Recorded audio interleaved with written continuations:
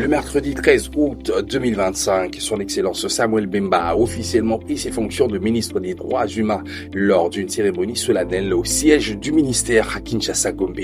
Il remplace à ce poste Chantal Chabot. Dans un discours, il a remercié le président Félix-Antoine Tshisekedi pour la confiance accordée et la première ministre Judith Suminwa-Tuluka pour avoir accepté qu'il intègre le gouvernement qu'elle dirige. Il a affirmé entamer son mandat dans un esprit combatif, rappelant les différents problèmes auxquels sont confrontés les Congolais, notamment dans la partie est de la République démocratique du Congo, les travailleurs du secteur privé, les enfants dans les mines, ainsi que l'environnement et les populations qui ne bénéficient pas pleinement de leurs droits. En tant que vice-ministre chargé des contentieux internationaux, il faudrait rappeler que Samuel Bemba a conduit 2 affaires judiciaires que la RDC a intentées contre le Rwanda. Dans un télégramme interne adressé aux unités de la 22e région militaire, le commandant des forces armées de la République démocratique du Congo dans la région du Haut-Katanga, le général Edi Kapen, a ordonné la mise en alerte maximale des troupes déployées dans le Haut-Katanga. La mesure concerne particulièrement les sites stratégiques dont l'aéroport, le camp militaire, les installations de la télévision nationale RTNC, ainsi que les points névralgiques de Kasumbalesa, Likasi, Kipushi, Kolwezi et la route de Kasenga. Lubumbashi et Likasi sont placés sous surveillance renforcée. L'objectif affiché est de renforcer la surveillance et la capacité de réaction sur ces zones sensibles en raison de leur importance sécuritaire et économique.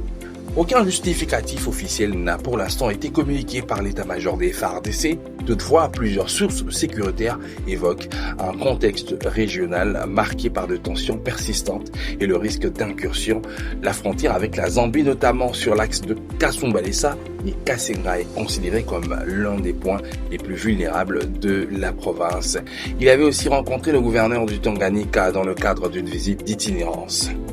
Remise et reprise au ministère du Budget entre Adolphe Muzitu et Aimé Boji, ministre sortant.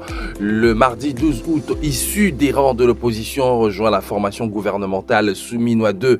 C'est au centre financier de la Gombe, à Kinshasa, que s'est déroulée la cérémonie officielle. À titre de rappel, Adolphe Muzitu avait déjà occupé ce poste dans d'autres formations gouvernementales et aussi le poste de Premier ministre de la République en 2008 jusqu'à 2012. Un profil d'intégration, d'opposition et d'expérience qui lui a promis de doubler le budget de l'État dans la vision du chef de l'État et de relancer les projets de route à financer. Il remerciera ainsi donc la première ministre pour la confiance lui accordée à sa personne ainsi qu'au chef de l'État Félix-Antoine Tshisekedi. Affaire Moutamba encore à la barre le mercredi 13 août, clôture des débats dans le procès contre l'ex-ministre de la Justice. Ce dernier n'a pas cessé de plaider son innocence devant la cour dans cette affaire de tentative de détournement de 19 millions de dollars de fonds pour le projet de construction d'une prison à Kisangani. 10 ans de travaux forcés et 10 ans d'inéligibilité aux processus électoraux ainsi qu'une exclusion de tout système de la fonction publique sont requis par le ministère public.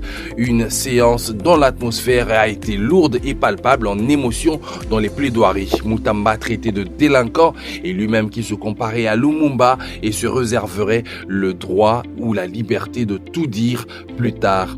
Entre-temps, l'arrêt de la haute cour sera rendu dans 2 semaines, soit le 27 août prochain.